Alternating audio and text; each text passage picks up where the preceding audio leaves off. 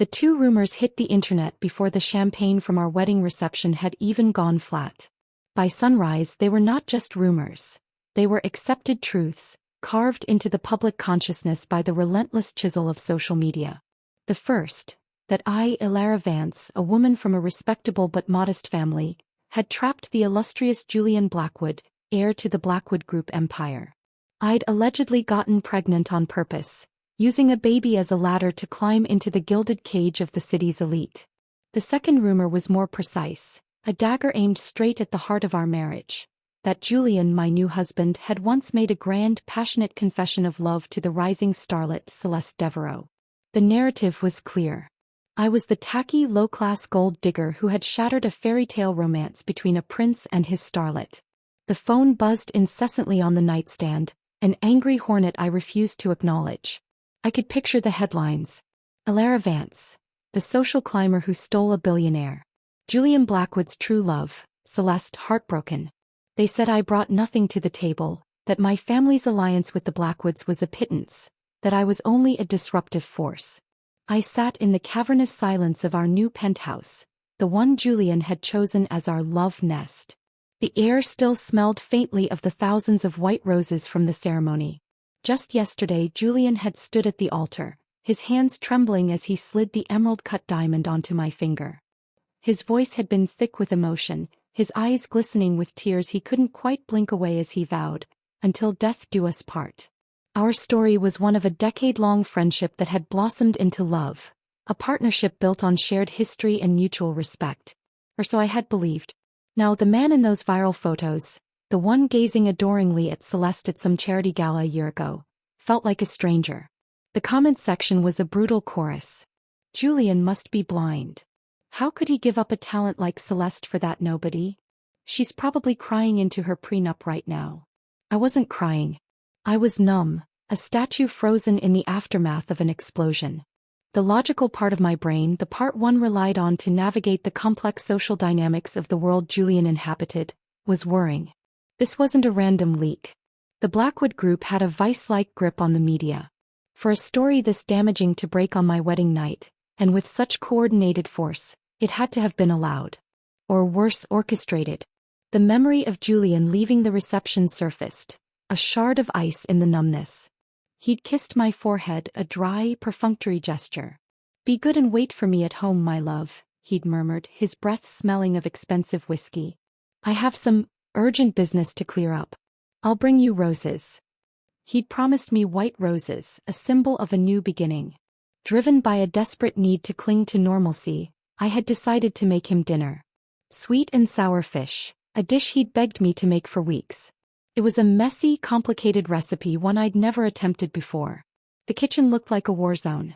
Fish scales glittered on the countertops, and the air was heavy with the tang of vinegar and scorched sugar. Took me 3 attempts, 3 ruined batches before I produced something edible. My pinky finger throbbed where a fishbone had pricked me, a tiny, stinging betrayal. I set the table with our finest china, lit candles and waited. The afternoon light faded into the deep indigo of evening, and then into the oppressive black of midnight. The fish was reheated so many times it had begun to disintegrate, the crispy batter turning to a sad, soggy mush. The candles burned down to stubs, dripping wax onto the polished table like frozen tears. The roses never came. Instead, the giant flat-screen TV blared a news segment, seemingly on a loop, detailing Julian's past extravagance towards Celeste.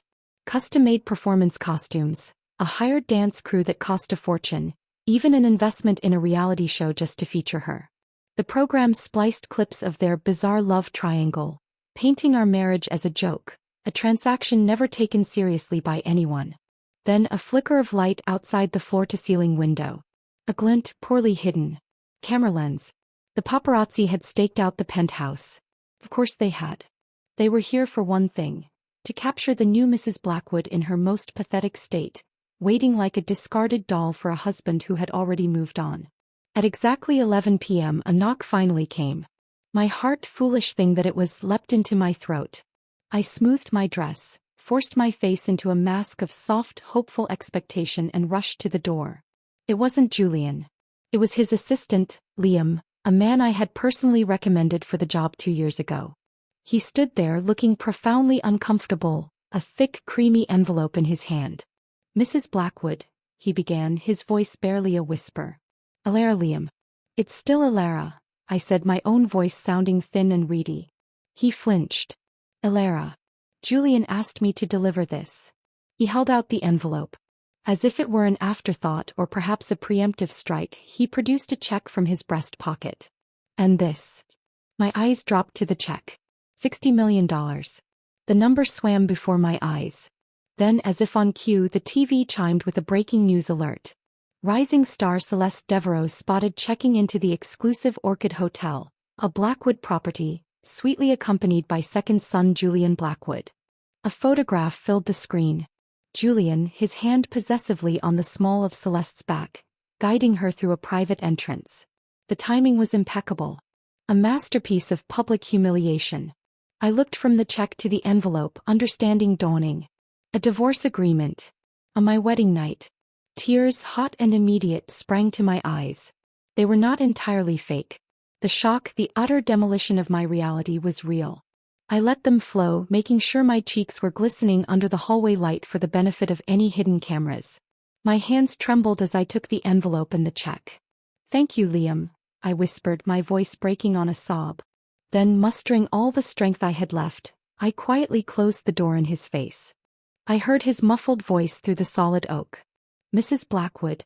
Alara, you and Julian have been together for so long. Everyone at the company respects you. Maybe you can still talk this out." I leaned against the door, the cold wood a shock against my back. "Thank you. I'm okay," I called out, making sure my voice wavered convincingly. I waited until I heard the elevator ding and his footsteps fade away. Then I walked to the window. The wind stirred the sheer curtains, lifting strands of my hair. I covered my face with my hands, my shoulders shaking with the force of my sobs. I made sure the silhouette was perfect. A heartbroken woman, shattered by betrayal. What the cameras couldn't see was the calculation behind my tears. My family, the Vances, might not have the Blackwoods' billions, but we were old money, respectable. We were never the kind to use a baby to secure a marriage. This was a targeted attack. First, the pregnancy lie to discredit me. Then, the paparazzi to document my downfall. And Julian? He was probably with his mistress, letting me take the full force of the public's ridicule. It was a dangerous game. My acting had to be flawless. I was almost out of fake tears. The headlines the next morning were exactly as I predicted. A grainy, long-lens photo of me crying at the window was splashed across every tabloid. "The lonely bride," they called me. Humiliated Alara's wedding night vigil. By mid-morning, the Blackwood family elders were at my parents' doorstep, their faces grim with apology. The machinery of damage control was whirring to life. And by lunchtime, Julian was dragged back to the penthouse by his older brother Alexander Blackwood. I was in the kitchen attempting to make soup dumplings when they arrived. Alexander, ever the diplomat, was oozing sincerity. "Alara, my dear sister-in-law," he said, his voice a low, soothing rumble. "The netizens are fools. They are easily manipulated. We failed to manage public opinion. I am truly sorry. These celebrities, they love to stir up drama, but it's all in the past now. Don't let it affect your future with Julian." He presented me with a folder. A small token of our apology. "The lease contracts for those storefronts on Oak Avenue you've been admiring." I accepted the folder with a quiet, dignified nod. I could see the amusement lurking behind Alexander's concerned facade. He found this whole situation entertaining. After a few more hollow platitudes, he made a hasty exit, leaving me alone with my husband. Julian stood by the couch, looking not contrite but thoroughly annoyed. As if I were the one who had caused this inconvenience. He didn't look like the man who had wept at our altar. This man had cold, distant eyes. "I didn't avoid coming home last night on purpose," he began, his tone defensive. "Celeste was terrified when that story broke. You have to understand, her career is just taking off. He's fragile. Scared to death of this kind of scandal." I kept my back to him, focusing on kneading the dough for the dumplings, getting the water-to-flour ratio just right. "The decision to divorce was mine," he continued, a note of impatience creeping in. "There's nothing between us now. Don't take your anger out on her." When I remained silent, his temper finally snapped. He slammed his palm down on the marble countertop, making the teacups rattle. Is 60 million not enough for you? If you have other demands, just say them. As long as you let me go. My hands stilled in the dough. A dull, familiar ache bloomed in my chest. 10 years. 10 years of friendship, of love, of building a life together. And now he was bargaining for his freedom as if I were a business obstacle. He looked at me and his expression shifted to one of strange, almost prophetic certainty. Elara, he said, his voice dropping. Something happened to me yesterday. After I left the reception, I fell. And when I got up, I remembered. Everything. I finally turned to look at him, my face a carefully constructed mask of confusion. A past life, he declared, his eyes burning with a fervent light. In that life I married you. But when the company fell into crisis, you betrayed me. You turned to another man. It was Celeste who stood by me. And when I tried to save the company, you refused to sell your shares. You sabotaged me. You fled the country. And Celeste, my Celeste, she was killed by creditors you sent after her. He spoke with unwavering conviction, painting me as a villainous, greedy monster and Celeste as his martyred angel. He was so sure of his distorted truth. What he didn't know, what he couldn't possibly fathom, was that the heavens hadn't only given him a second chance. They had given one to me too. And I remembered everything. The silence after Julian's declaration stretched, thick and heavy as the summer humidity outside. I turned back to my dough, pressing the heels of my hands into the soft, pliable mass. Each push was a methodical suppression of the fury threatening to erupt. He stood there waiting for a reaction, shock, denial, tears. He expected the Elara he thought he knew, the loyal, sometimes naive woman who trusted him implicitly. He had no idea he was speaking to a ghost, a woman who had already lived through the hell he was so desperately trying to avoid. A past life, I repeated, my voice flat, devoid of the emotion he was searching for. I kept my eyes on my hands, watching the pale dough fold and yield. That's quite a story, Julian. He mistook my calm for disbelief. I knew you wouldn't believe me, he said, a hint of that familiar arrogance returning. But I can prove it. I remember things. For example, last night. You tried to make the sweet and sour fish. You failed twice. On the second try, you pricked your finger with a fishbone. On your left pinky. My hands stilled. He was right. A tiny bandage was still wrapped around the finger. A cold dread, entirely separate from the anger, trickled down my spine. He really did have memories. But they were his memories, seen through a filter of self-pity and blame. And my brother, he continued, gesturing vaguely toward the door Alexander had just exited. He just offered you the leases for the storefronts on Oak Avenue, didn't he? The ones you've been coveting for months. In my memory, he offered those as a consolation prize then too. I didn't confirm or deny. I simply listened, my mind racing, assembling the pieces of this terrifying new puzzle. He had been given a glimpse of the future, but it was a funhouse mirror version, distorted by his own failings. In his mind, he was the tragic hero and I was the architect of his ruin. The truth, the memory that had flooded back to me the moment I saw the divorce agreement in Liam's hand, was a different story altogether. It started not with a fall but with a slow, creeping chill. The Blackwood Group's crisis hadn't appeared overnight. I saw the signs long before Julian would admit them. I was the one who had spent nights buried in financial reports, my stomach churning as I traced the paths of risky investments he had authorized without full board approval. When the crash came, it was swift and brutal. And where was Julian? Paralyzed by pride, refusing to admit vulnerability. I hadn't run to another man. I had gone to an old university friend, Matthias, whose family funds specialized in corporate turnarounds. It was a desperate, humiliating plea for a lifeline. I had swallowed my pride for him, for the company we had built together. But when Julian found out I'd met with Matthias privately, he didn't see a wife fighting to save his legacy. He saw an opportunity to shift blame. You're already looking for your next meal ticket, aren't you? He had sneered, his eyes full of a venom I didn't recognize. And the shares? The shares he claimed I refused to sell out of spite? I had fought tooth and nail to block a hostile takeover by a rival conglomerate that would have asset stripped the company and fired thousands. Selling my stake would have given them controlling interest. My refusal was an act of preservation, not sabotage. But to a man drowning in his own failure, Any lifeline thrown to others looks like an anchor tied to his feet. The most grotesque distortion was Celeste's death. The image was seared into my memory with painful clarity. I had come home early from a futile trip to Singapore, where I'd been trying to secure a deal to stabilize our Asian holdings. It was my birthday. All I wanted was to hear his voice. I called him repeatedly, only to be met with the impersonal click of his voicemail. I found them not in a hotel but in our home in our bed. The confrontation was ugly. Julian, cornered and panicking, had shoved Celeste away from him as she tried to cling to his arm. She stumbled backward, her heel catching on the top step of the grand staircase. The sound of her fall was a series of sickening cracks that still echoed in my nightmares. She died instantly. Julian's white moonlight, extinguished by his own hand. He had rewritten history.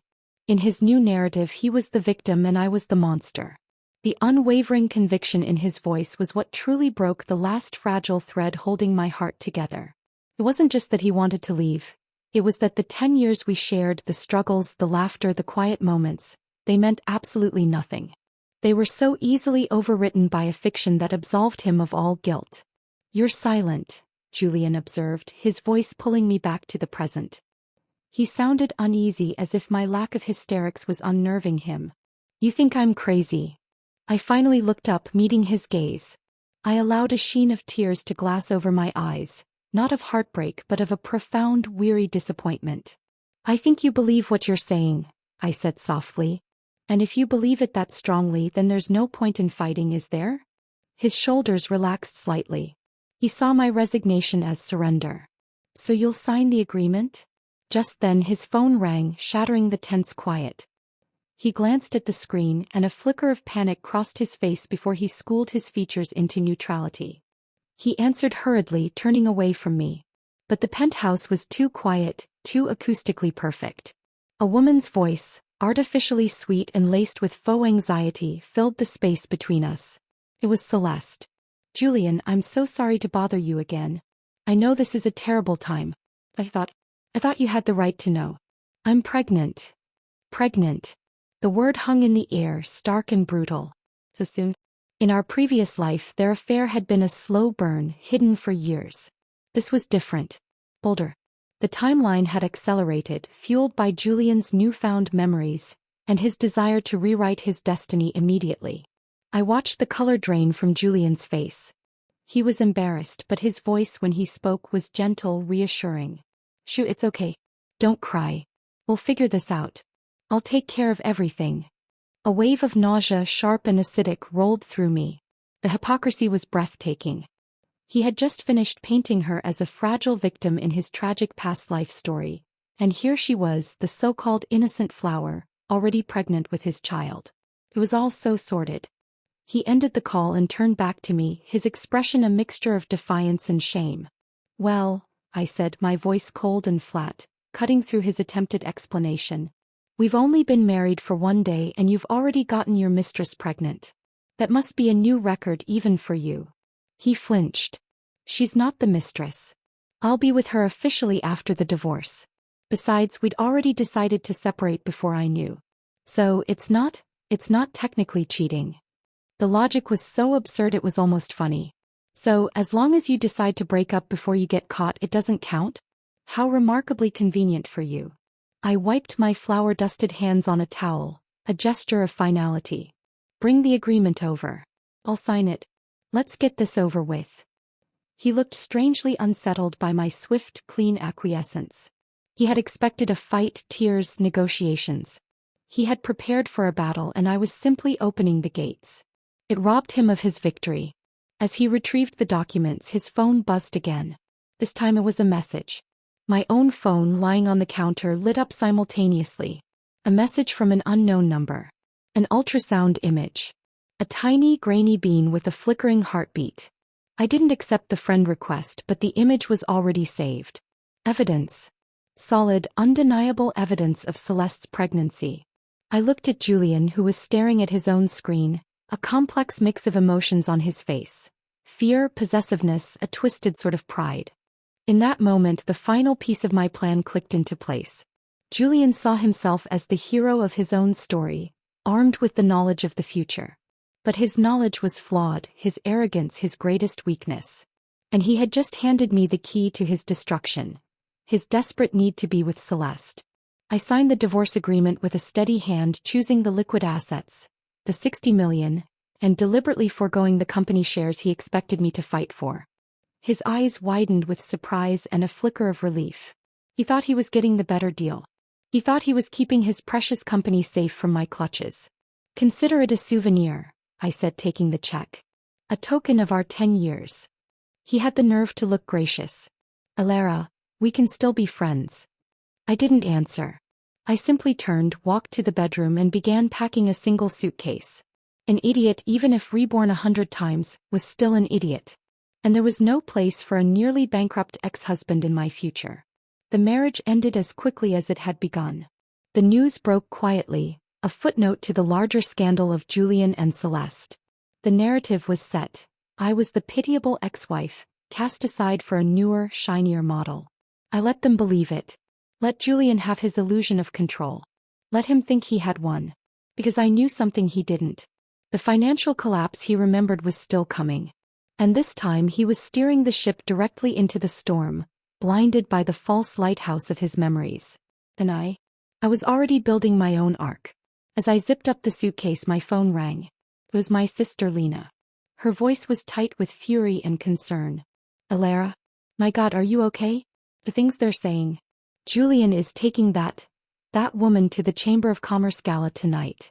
It's like he's stomping on your face all over again. I looked at my reflection in the mirror. The woman staring back had dry eyes and a determined set to her jaw. Let him, I said, my voice calm. I'm not going to the gala, Lena. I'm going to the airport. The airport? Where are you going? Singapore, I replied, picking up my suitcase and my passport. It's time to build something of my own. The hum of the Airbus A350 was a lullaby of escape. As the city of my ruin shrunk to a mere constellation of lights below, I felt not a pang of loss, but the thrilling weight of severance. The pressurized cabin was a cocoon, sealing me away from the toxic atmosphere of gossip and betrayal.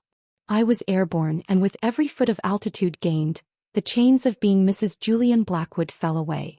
Lena's words echoed in the quiet. That little actress is determined to make a scene tonight. Everyone's already talking about it. I could picture it perfectly. Julian, playing the defiant hero, parading Celeste on his arm, a living, breathing insult to me and to the Blackwood family's attempts at decorum. He would be stoic, she would be radiantly, fragilely brave. They would feed the media beast exactly what it wanted. A modern fairy tale with me cast as the wicked stepmother conveniently written out of the story. A small, cold smile touched my lips. Let them have their night. Let them bask in the flashbulbs. While they were playing their parts in that gilded theater, I was en route to the real stage where power was built and fortunes were forged. Singapore Changi Airport was a monument of serene efficiency, a world away from the chaotic emotional battleground I had left.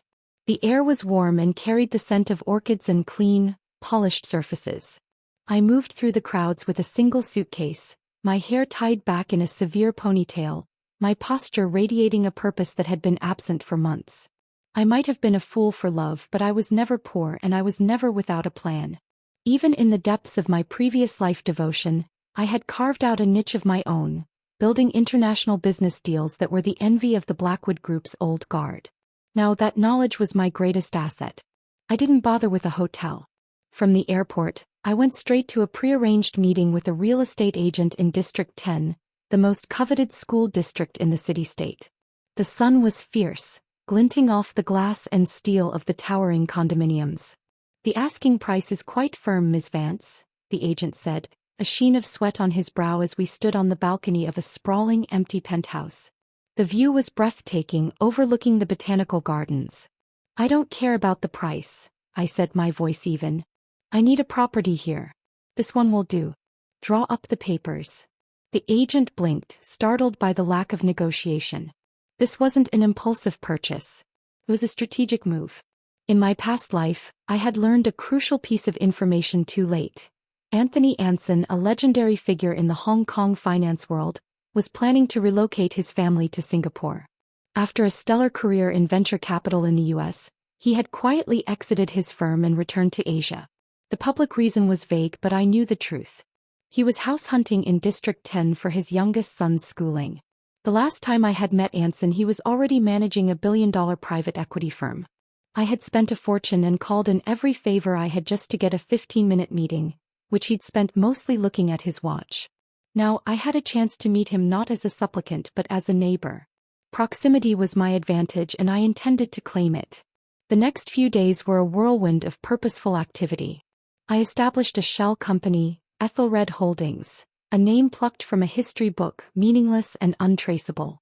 I hired a small, discreet legal and accounting team. I was laying the groundwork, brick by careful brick. A week after my arrival, my phone buzzed. It was Lena, her face pixelated with fury on the video call. "You're not going to believe this." Ryan ignored the family's backlash and brought her. She performed. She played the freaking piano and sang some weepy ballad, and he walked up to her with a bouquet of roses. Roses, Alara. And pulled her into his arms in front of everyone. The media is calling it the grand gesture. I had to leave. I couldn't sit there and listen to them gush. I was in my new, sparsely furnished apartment, surrounded by blueprints and financial reports. I took a sip of water. "What are you so mad about?" I asked, a genuine smile playing on my lips. "My baby's about to be born too." Lena's jaw dropped. She stared at me through the screen, her anger replaced by pure, unadulterated shock. "What?" she gasped. "Alara, you didn't go and do something crazy, did you? Please tell me you're not pregnant." I laughed, a real free sound that surprised even me. Outside my window, the Singapore skyline began to glitter as dusk fell. "Not that kind of baby," I said. "The Ethelred Night Market Fund. It's my precious baby. Will be officially licensed in about 6 months. And I believe the fund manager I'm about to hire is going to deliver outstanding returns." I had set my sights on Anson. The house purchase had worked. Our paths crossed in the building's gym 2 days later. He was a man in his late 40s with a quiet intensity and the lean physique of a long-distance runner. I didn't fawn. I didn't pitch. I simply introduced myself as his new neighbor, made a casual comment about the challenges of international school admissions, and offered a contact I had from my previous life's research. It was a gesture of useful, no-strings-attached kindness.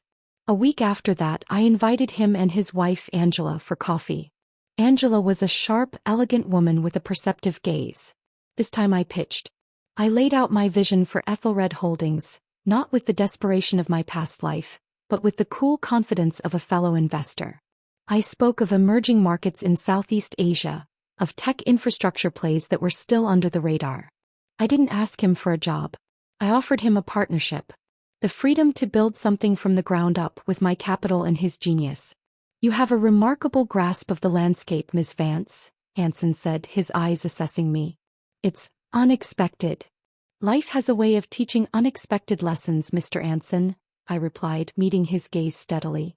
Meanwhile, the news feeds from home were a constant, grimly satisfying scroll of Julian's unfolding hubris. Using his memories from our past life, he was sidestepping certain business traps, which gave him a temporary aura of invincibility. He began a ruthless overhaul of the Blackwood Group, firing managers he remembered as disloyal, shutting down divisions he deemed inefficient. He was like a man following a treasure map without understanding the terrain, blindly confident that each avoided pitfall proved his brilliance. He announced a bold new strategy, scaling back the core jewelry business to launch his own investment firm, Blackwood Ventures. He held press conferences, his eyes blazing with the fervor of a prophet. He guaranteed the board that within 5 years, Blackwood Ventures would generate 60% of the group's total profits. The business media ate it up.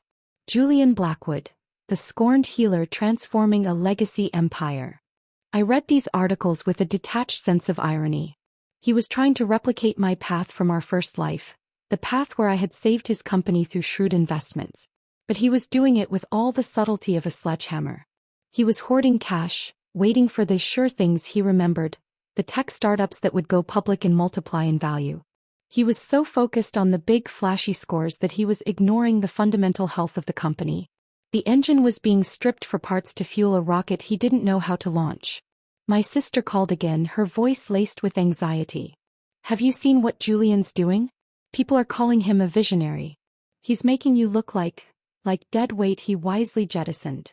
Lena, I said calmly, looking out at the relentless, productive energy of the city below. A man who thinks he can see the future is a man who stops looking at the present. He's building a house on a foundation of sand, and he's too busy admiring the view to feel the ground shifting beneath his feet. My own foundation, meanwhile, was being poured from reinforced concrete.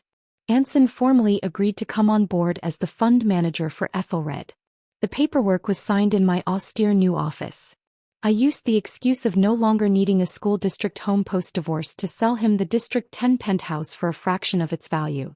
In return, he agreed to terms that were far more favorable than any major firm could have offered him. It was a masterstroke of mutual benefit, disguised as a friendly gesture. The day the deal was finalized, Anson looked at me, his expression one of sincere gratitude. "Ms. Vance, I want to thank you again. For your trust."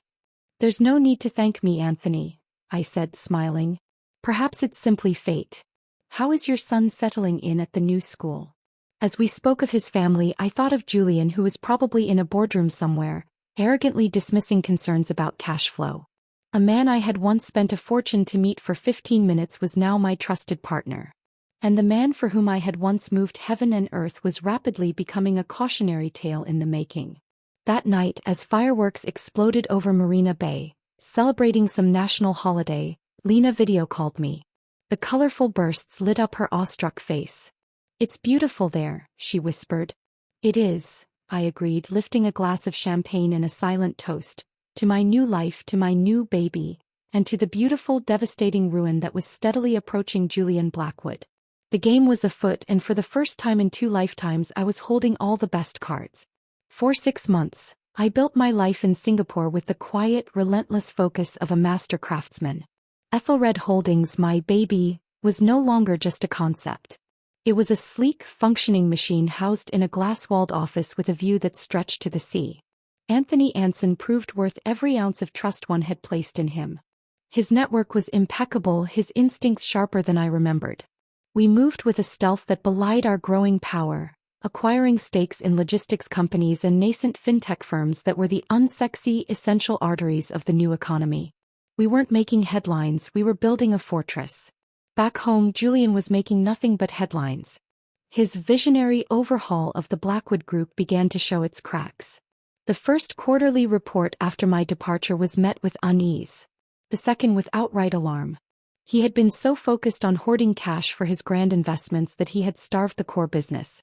The jewelry division, the historic heart of the Blackwood Empire, was bleeding.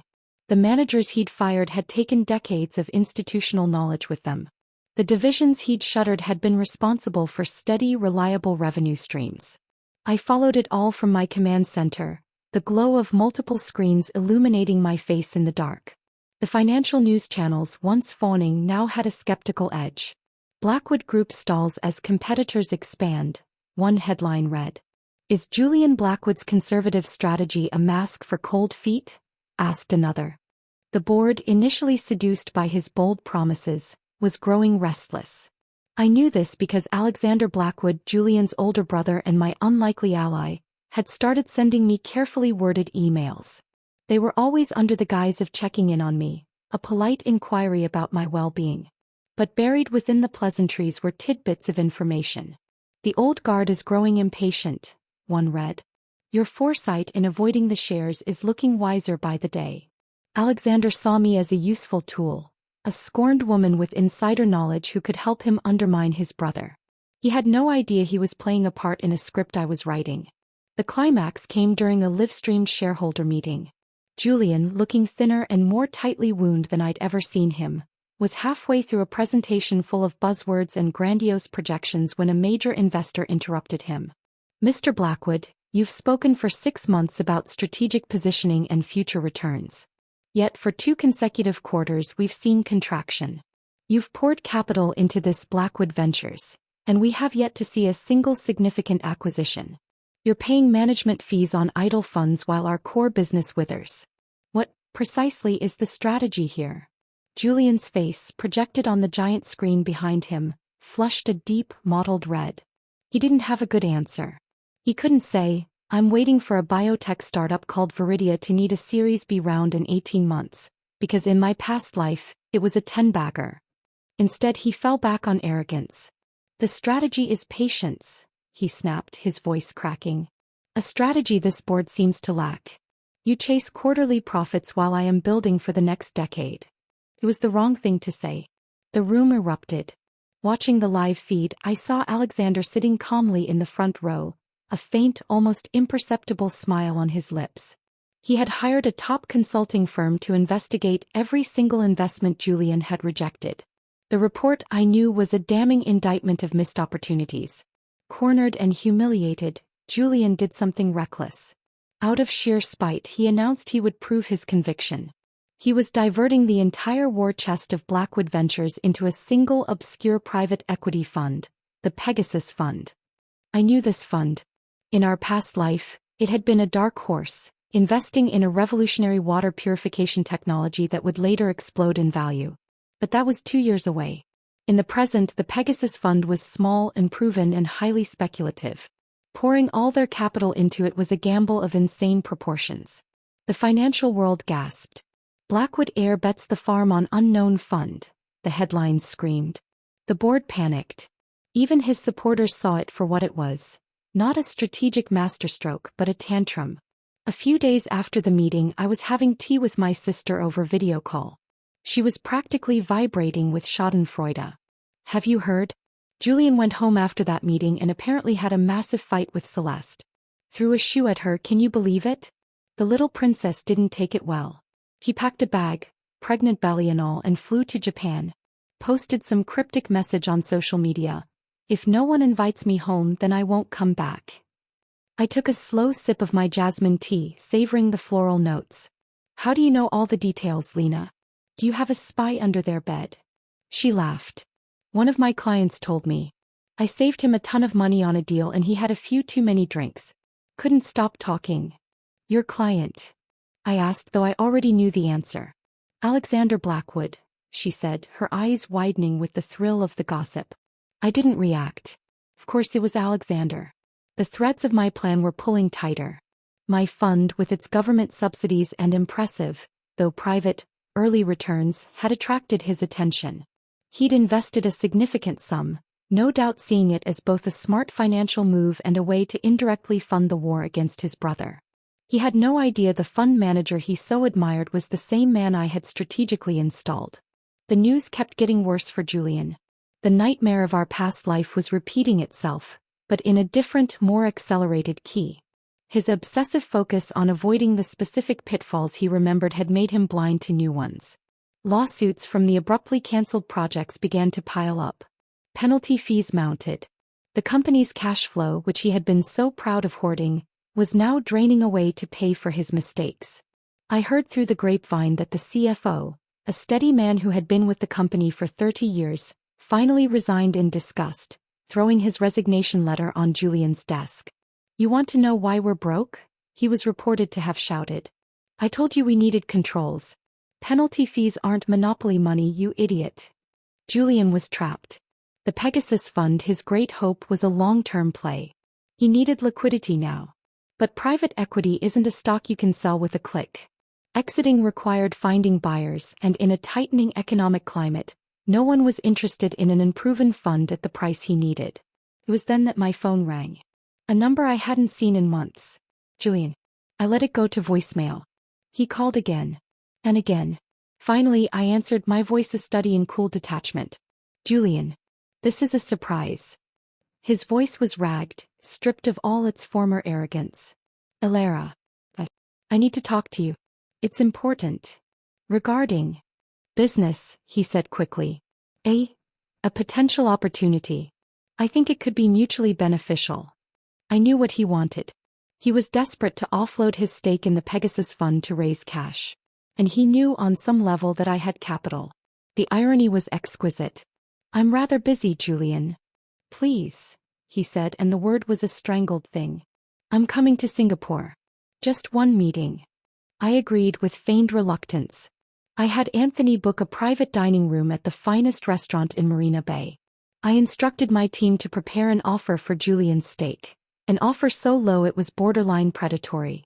This wasn't just business. This was the next act of the play. The night of the meeting I arrived early. I wore a simple, devastatingly expensive black sheath dress. I looked like what I was. A successful, unapproachable suit. When Julian was shown into the room, the change in him was shocking. The stubble on his chin, the dark circles under his eyes. He looked like a man who hadn't slept in weeks. The charming, entitled air was gone, replaced by a desperate, hollowed-out shell. He wasn't alone. Anthony Anson was with me, as was his wife, Angela. Their presence was a deliberate choice, a display of my new power base. Julian's face froze when he saw me. But it was the presence of Anthony that truly rattled him. In our past life, he had seen tabloid photos of me near Anthony's daughter's school and had accused me of playing stepmom to advance my career. He had looked at me with utter disgust and said, "That guy has 2 kids and you're still throwing yourself at him for money. You're truly shameless." Now he had to sit across the table and watch as Angela, sharp and perceptive, smiled warmly at me. "Our Miss Vance is such a workaholic," she said, her tone light but her eyes knowing. "If not for this acquisition, I wouldn't even get a chance to have dinner with her. Mr. Blackwood, you sure were lucky once upon a time." Julian couldn't even muster a smile. He was forced to sit there and explain his failing assets to the very man he had once vilified. His eyes kept darting to me, full of a bewildered, dawning horror. As the dinner concluded and Anthony and Angela excused themselves, Julian finally turned to me, his voice a low, frantic whisper. "You've been reborn too, haven't you?" he asked, his eyes searching mine for a truth I would never give him. "I want to talk. Maybe we did have a lot of misunderstandings.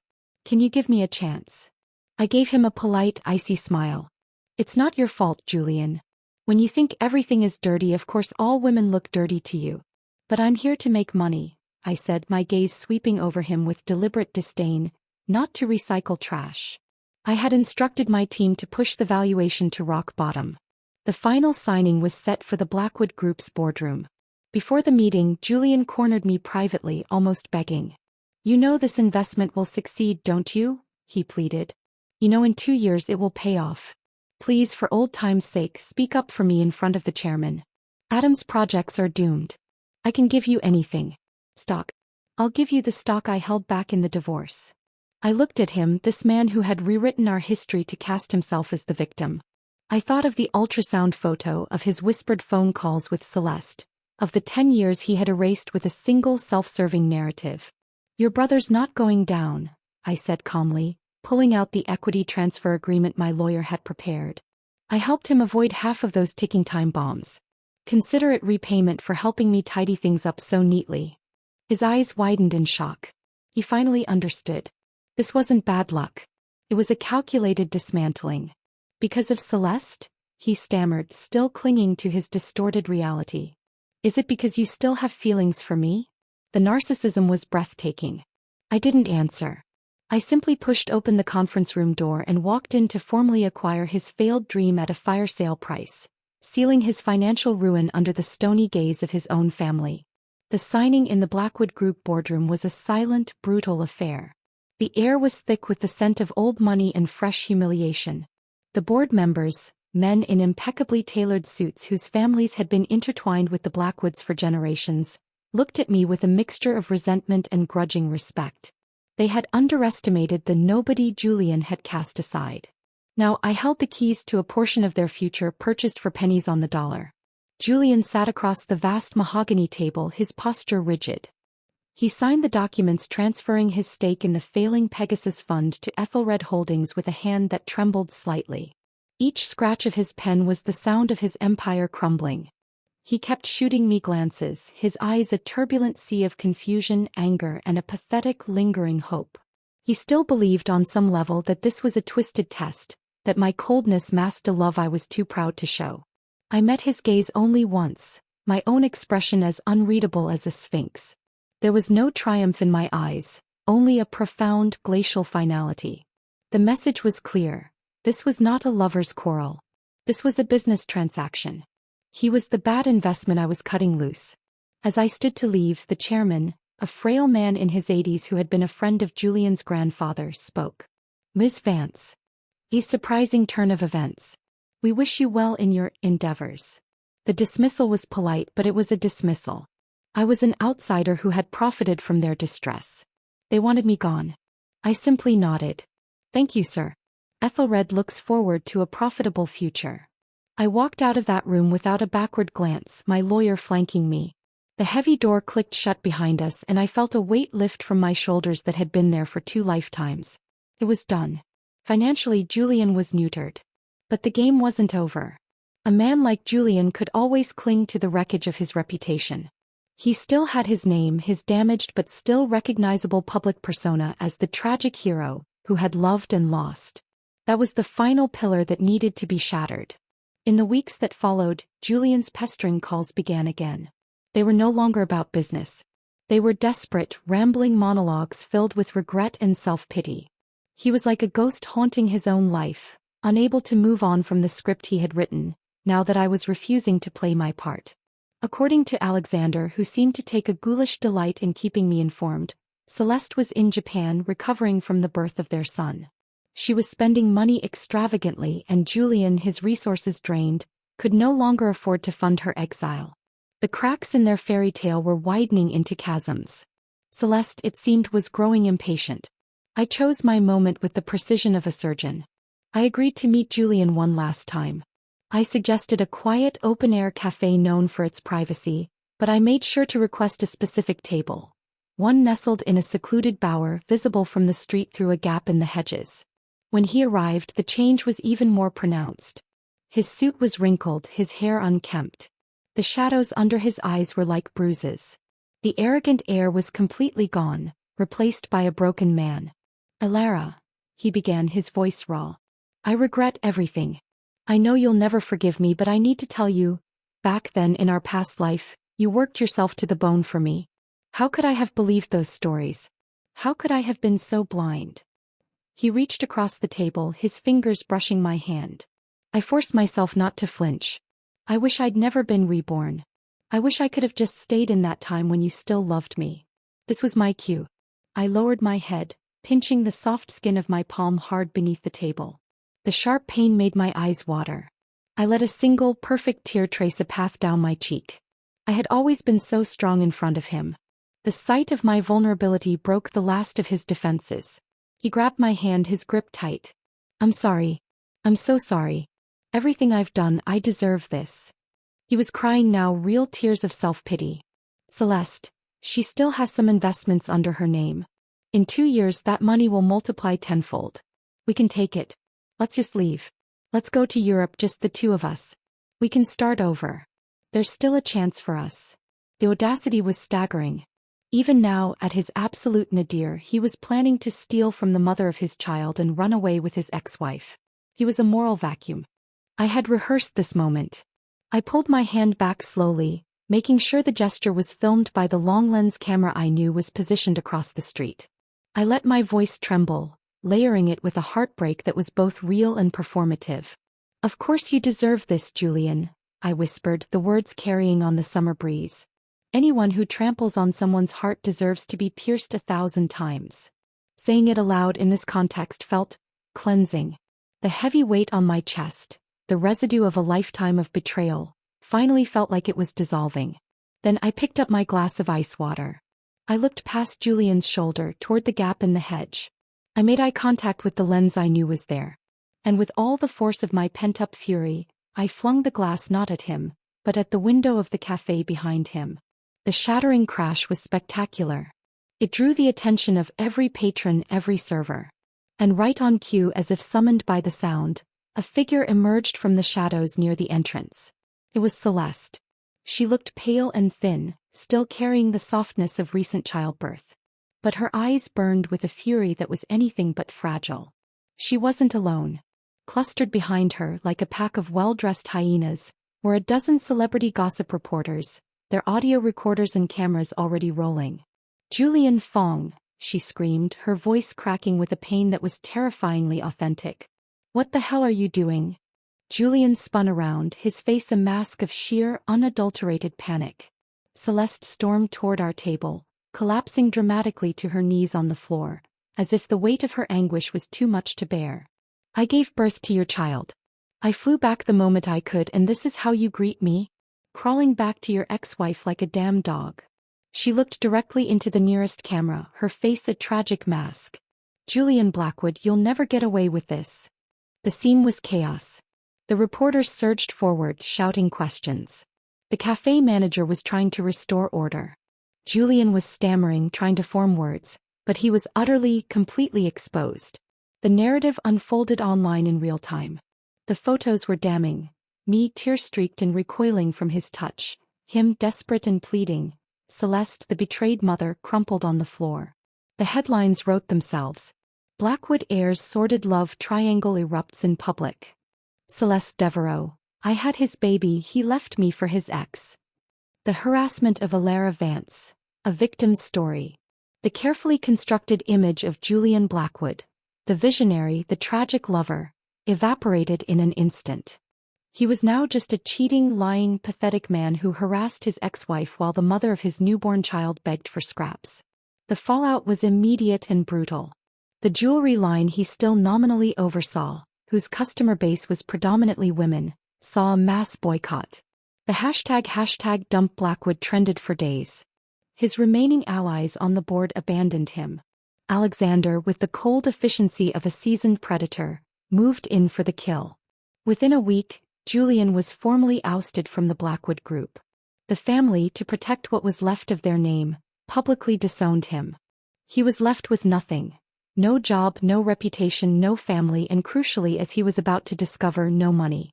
Because Celeste, my silent partner from the very beginning, had already moved. The investments he had spoken of? The ones under her name that were supposed to multiply? Half were securely in a trust for their son.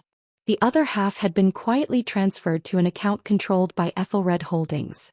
The final pawn had been moved. Checkmate. The silence in my Singapore penthouse was no longer that of escape, but of victory. It was a deep, resonant quiet, broken only by the soft hum of the city far below, a sound that had become the soundtrack to my freedom.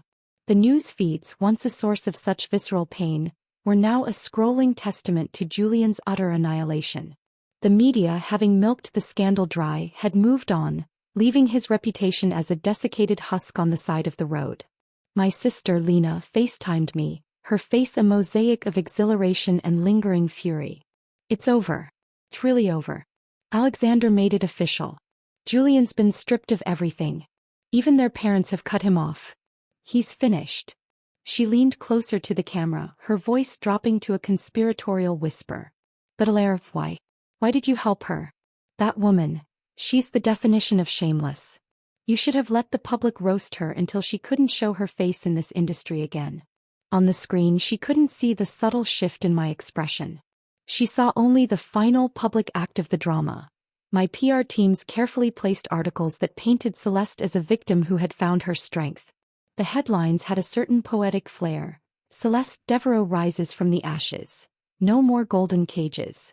And the final line, the one that had truly set the gossip world alight. Her new boss?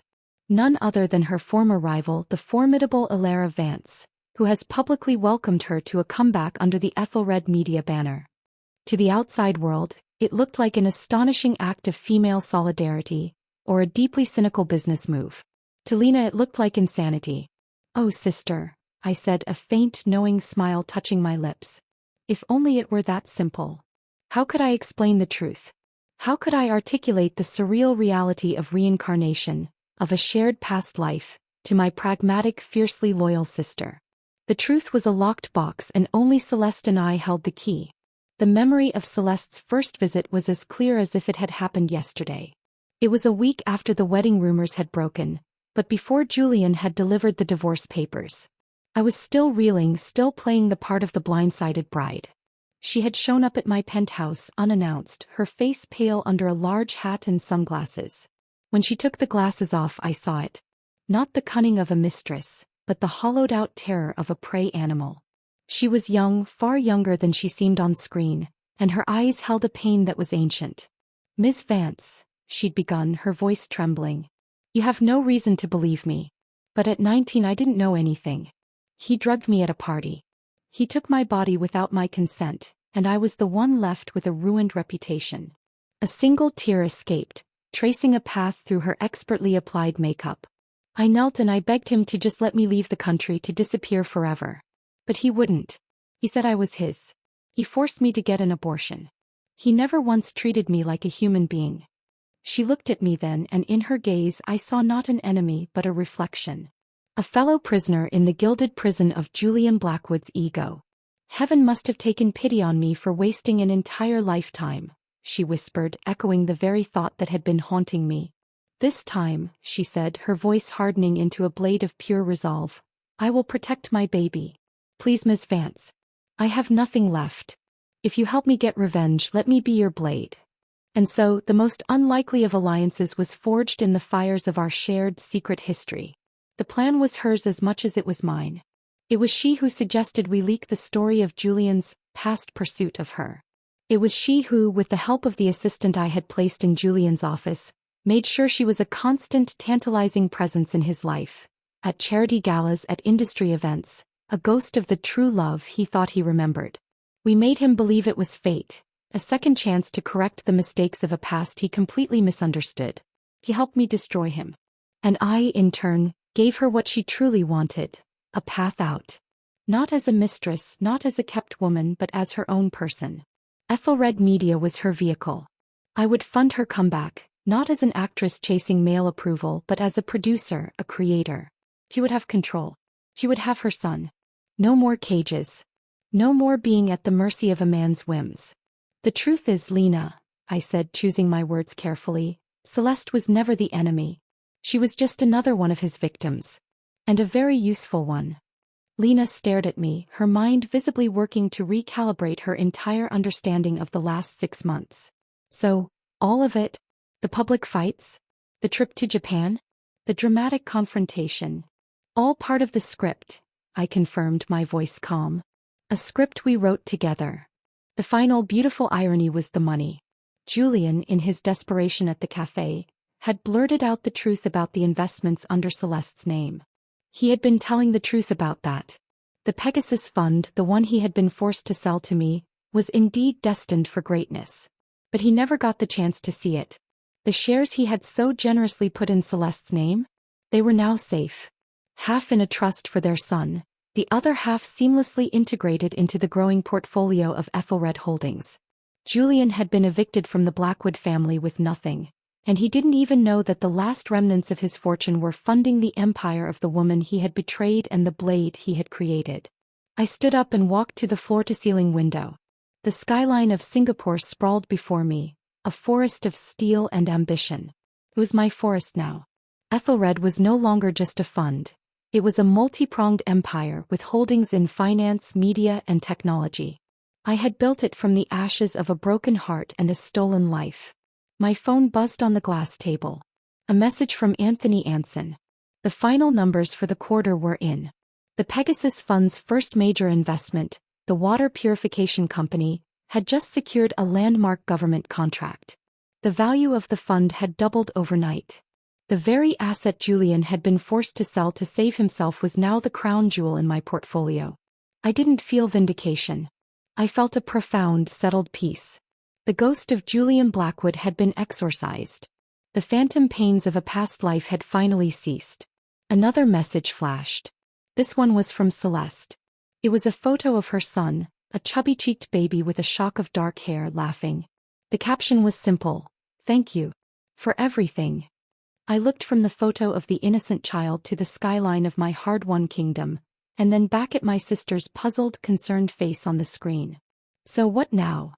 Lena asked, her voice soft.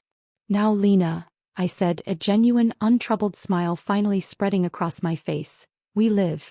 Really live." I had been given a second chance, not for revenge but for rebirth. The revenge was simply the necessary fire that cleared the ground. And from that scorched earth I had risen, not as a wife, not as a victim, but as a Lara Vance. Architect of my own fate. The game was over. My life had finally begun. The end.